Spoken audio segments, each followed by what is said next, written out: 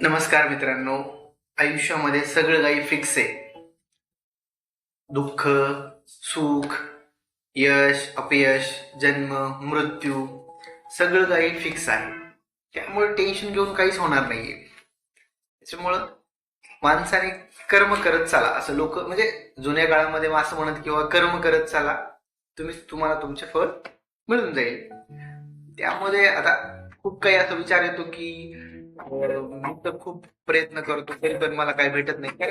कारण का, ज्या गोष्टी तुमच्या नशिबात आहेत ना, ते घडणारच आहेत. तुम्ही किती किती प्रयत्न करा, काही करा, जर त्या गोष्टी घडणार असतील तर घडूनच जातील. पण याचा अर्थ असा नाही की तुम्ही तुमचं प्रयत्न करणं सोडलं पाहिजे. तुम्ही तुमचं काम करत राहिलं पाहिजे. नक्कीच तुमच्या आयुष्यामध्ये जर ज्या गोष्टी घडणार असतील त्या घडून जातील. त्याच्यामुळे काळजी करायचं असं काही नाहीये. ते एवढं आहे की तुम्ही तुमचं काम करत राहिलं पाहिजे.